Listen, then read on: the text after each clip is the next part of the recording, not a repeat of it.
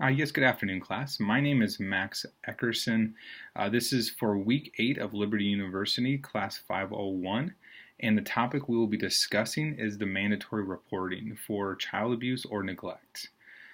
So there's a few questions that are being asked of us, and from the information that I have found, I am going to answer them. So the first question is, how does your state define child abuse and neglect?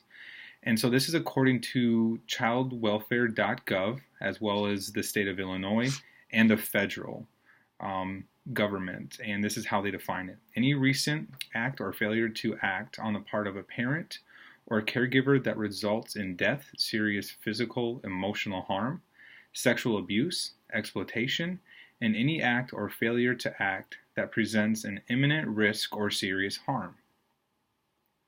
So the next question is, what are some of the signs of abuse and neglect? And so for some reason, when I looked through the Illinois website and the information that was given us the link, I couldn't find Illinois. So instead, I went to the state of New Jersey and found some of the different indicators that they presented. And so they broke them down into physical indicators and behavioral indicators. And so I will go into the physical indicators first, and those are, looking for face, lips, or mouth, the various stages of healing, different marks, bruises, marks that regularly appear after a weekend, after being away from school for a day, or even a vacation. They also discuss about unexplained burns, unexplained fractures, unexplained lacerations or abrasions. And then some of the behavioral indicators are wary of adult contact, behavioral extreme, aggressiveness, and withdrawal. And then it also includes begging or stealing food, alcohol or drug abuse, and delinquency.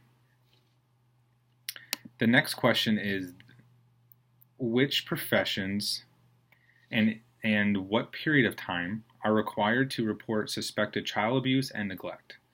And this is once again according to the state of Illinois and the Child Welfare Information Gateway. So they include clergy, department staff for the responsibility or completing background, different investigations. It also includes law enforcement agency and people that investigate child abuse or neglect, the Department of State Police when administrating the Intergovernmental Missing Child Recovery Act of 1984, a physician who reasonably suspects the child may be abused or neglected, an authorization of a person who is needed to determine whether to place the child in temporary protective services or custody, a person who is responsible to care for, treat, or supervise a child, a parent, guardian, prospective adoptive parent, foster parent, or other person or persons responsible for child welfare. Any subject of report and the subject of is a minor, his or her guardian or guardian should also bring a report of this. Any court or grand jury when necessary, a probation officer, law enforcement agencies, medical examiners, physicians, different school superintendents, school teachers, anybody that has a welfare of the child, the Department of Professional Regulation, the Department of Human Services, and any guardian or that is looking over the child in any fashion. And then also, what is the timetable? Their timetable is immediate response as soon as they believe that the child is that they're being suspected of being abused or neglected, and so there's not. It's just as immediate. It's as soon as you believe that there is possible abuse. The next question is, what is the procedure for reporting child abuse and neglect?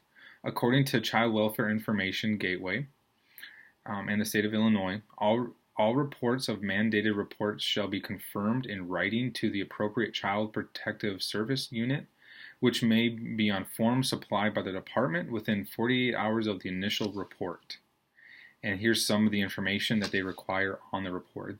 It's the name and address of the child, his or her parents or other persons having custody, child's age, the nature of the child's condition, including any evidence previous injuries or disabilities, any information the person filing the report believes might be helpful in establishing the cause or abuse of neglect, the name and address of the school that the child has attended or is currently attending, the child's age, sex, and race, the natural extent of the child's abuse or neglect, including evidence of prior injuries, abuse, neglect, or a child or his siblings.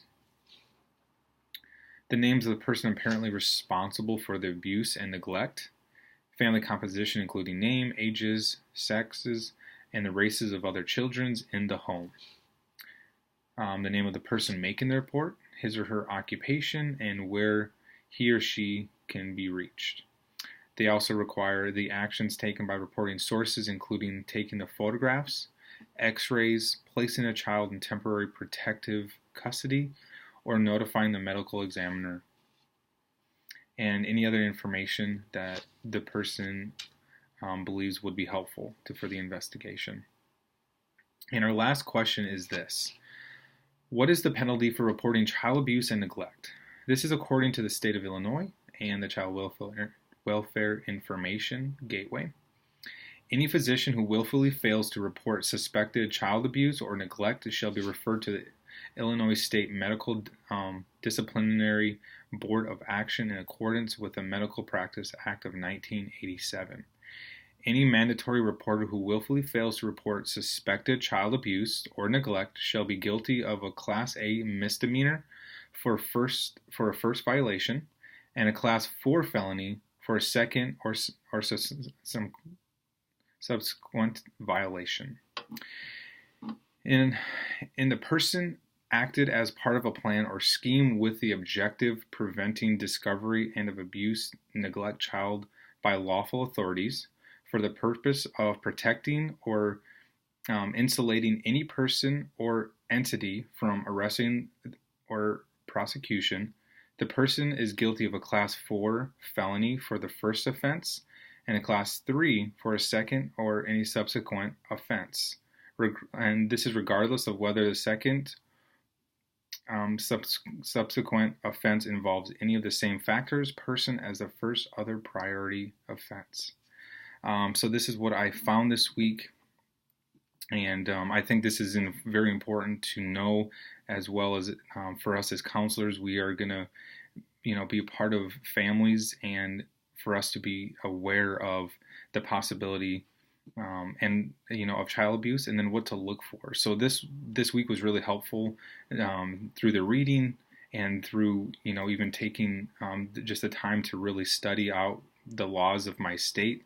Really was beneficial for myself, and to know that this is something that I'm going to really need to know. And so I just wish you guys all the best, and I hope you guys have a great Christmas break.